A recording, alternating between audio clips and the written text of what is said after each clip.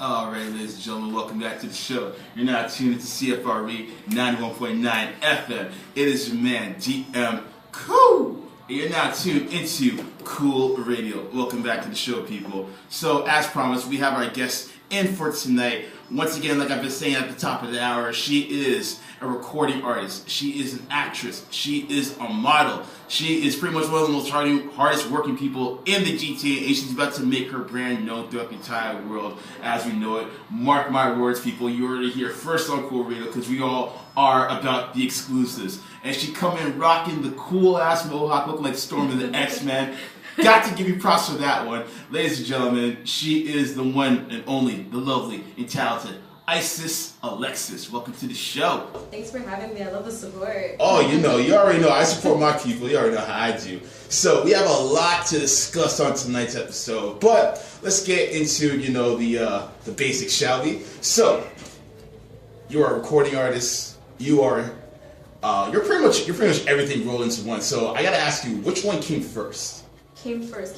Technically, I was a model first. Okay. Back when I was a little kid living in Austria. Yeah. I was featured on a bunch of magazines there. Okay. So technically, modeling came first. Okay. Acting came second when I came back to Toronto. I was born here initially. Mm-hmm. Went to Austria, came back. When I was a kid, I did a lot of childhood acting. Okay. Stopped that for school, and now I'm rapping. All right, that's what's up. Now, Austria. Is one of your parents of Austrian descent? Ooh. No, I am an Austrian citizen. Okay. I'm also a Canadian citizen. Okay. But both my parents are mixed with like a bunch of things. Okay. Not Austrian, German. Okay. Not Austrian. Okay. So basically, we have like a We Are the World coalition going on, basically. Pretty much, yeah. Sounds good. Now, what made you, be passionate about modeling? I wouldn't say I'm passionate about it. Mm-hmm. And again, there's lots of different types of modeling, but it's just something I like to do on the side. I like to capture myself, certain images. It's just what I like to do. I wouldn't say I'm crazy passionate about it though. Mm-hmm. But you've been at it since like the jump though. Like, I'm sure you've done like stuff as probably even before I even had a choice. Yeah, exactly. So basically, your parents are giving you that George Jackson treatment. You're gonna model, you're gonna make us some money. Yeah. No, I'm happy to. I enjoy it. That's what's up. You see, Dad? I told you I enjoyed it, right? I said it right there. Now let's get into the music. So how did you get into the music? I guess ever since I really had a voice, I always enjoyed poetry. Yes. And I guess when I really decided to make it a career, because that's what I'm going to do, a couple years ago when I was listening to the music, that they were playing a couple years ago, and it's not great. Yeah. You be honest. Great. You deserve better. Cough, teacher, cough. That you said that. Yeah, right, I did. We deserve better, and I can do better than a lot of what we are being forced to listen to on the radio. Okay. So, I'm gonna give that to the people. Absolutely. And what would you say your style of music is? Top 40. Okay. No, I'm playing. I really like creating my own style. I like dubstep. I like heavy bass. I like wobble bass. Okay. Lyrically, you're not going to hear my full potential right from the start because that's not what people want to hear. Exactly. But yeah.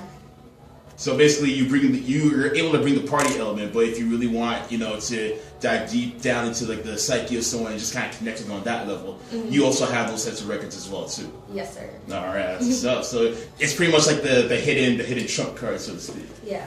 All right. Well, you said that. Yeah. Okay. That's fine. So you are talented in so many different fields of the arts. Where do you find the time to place yourself in different placements depending on what you're doing? As in, so like, let's say you have an audition for a modeling gig here, and then you have to hit the studio 2 hours after that's done. Like how do you organize that? You prioritize, okay. And sometimes you sacrifice and you don't sleep, but you gotta do what you gotta do. Exactly. Yeah. You gotta do what you gotta do, put food on your plate and build a foundation afterwards. That's right. But creativity does come easy to me. Yes. So when I'm writing a song, I feel like it happens pretty quick. It's just a matter of, rehearsing the verse and then finding time to go back to the studio. Absolutely. And record it. Now, because you're multi-talented in so many different fields, I feel like there are a lot of other artists who like to explore their talents in like different fields as well too, and I feel like that's becoming more of a trend nowadays. So, in your opinion, why do you think that is? I think when people are creative, they need to find more than just one outlet to kind of, you know, to express their passion. Express their passion. Yeah. So that and money, you know, they might not be getting enough money from the record label. If it's music, they might want to get into creating perfume. Exactly. Yeah. Dancing. Yeah. You know. Open a clothing line or something to that extent. Yeah, exactly. So let me ask you something actually, which kind of leads to my next question. Some people get into these fields, whether it's one field or multiple fields. Some people do it for the money. Some people do it for the love of it, just the artistic integrity, so to speak.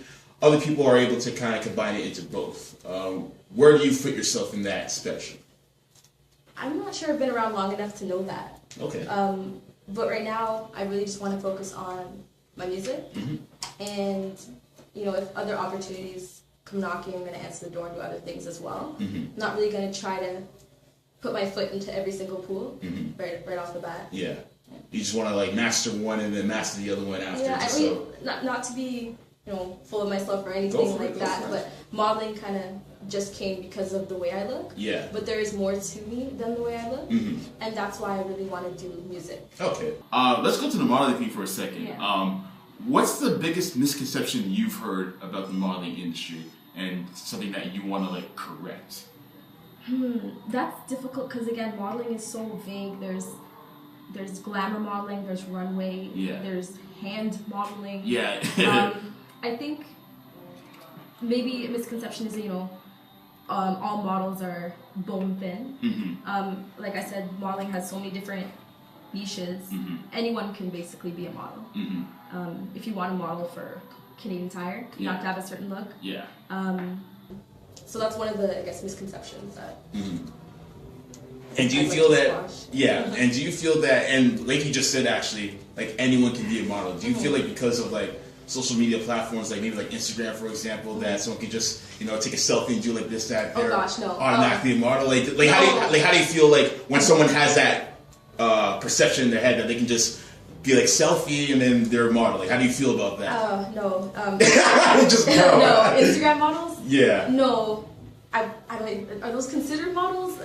With how social media is nowadays, because it's such a booming industry, there are people out there who feel like they can do anything based on perception. So if someone sees that this person has like 5,000 likes and it's all because of their selfies, they're going to be thinking, oh, they're a model. Or if someone has like a really bad like rap record, but it's so catchy that people are going to think, oh, this guy probably flies from Australia to London and all that. Yeah. So, like, my thing is, I feel like, well, and it's ironic of me saying this, that media constructs reality. So basically, whatever we see out in the public, we're going to take that for face value and say, oh, this person's probably a big shot because they have a certain amount of followers or a certain amount of likes. So in regards to modeling, you know, coming back to that, you know, when someone just does, like, the selfie or whatever, and then they get, like, 800 likes off it, like, how does that make you feel, seeing how you've been modeling ever since, even way before Instagram was even a thing? Yeah, that's it's almost like video killed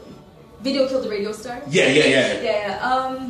I mean, good for them if they're getting a bunch of likes on them. If they're getting business from it, I guess it could be considered modeling. Yeah. At the end of the day, modeling has a certain purpose. It's usually to sell a product or to sell the person themselves. Yeah. And if they're doing that, good for them. I'm not going to bash it. Yes. I just don't think it's modeling. Fair enough. And I agree. I don't really think it's modeling either. I think it's just, you know, you have the agent, he books you, you do the gig, you get money. Like that's modeling. Exactly. Like there's a form that follows function with that. Yeah. So, and going back to the modeling just for a second as well too, like you said off the bat, like you have like a very distinctive look actually. So like, what kind of gigs do you get based on the type of look that so and so was looking for? I do glamour modeling. Yeah. So back when I was younger, before I filled out, I did runway and stuff. Yeah. But I don't have the figure for runway because you're supposed to look like a coat hanger. Say it. Yeah, no, it's true, and it's just to, you know, show the clothes, not the body. Yeah. I do glamour modeling, so like maybe calendar stuff, cards, video, with some music videos for other people. Yeah. Stuff like that. Okay, that's what's up. So, you know, with all these fields that you're, you know, pretty much like on your way to success with, there's been so many triple threat entertainers like Jamie Foxx or Beyonce, Donald Glover, aka Childish Gambino, my personal favorite. Yeah. where do you see yourself in that upper echelon, you know, like 5-10 years down the line? Where do I see myself? Yeah.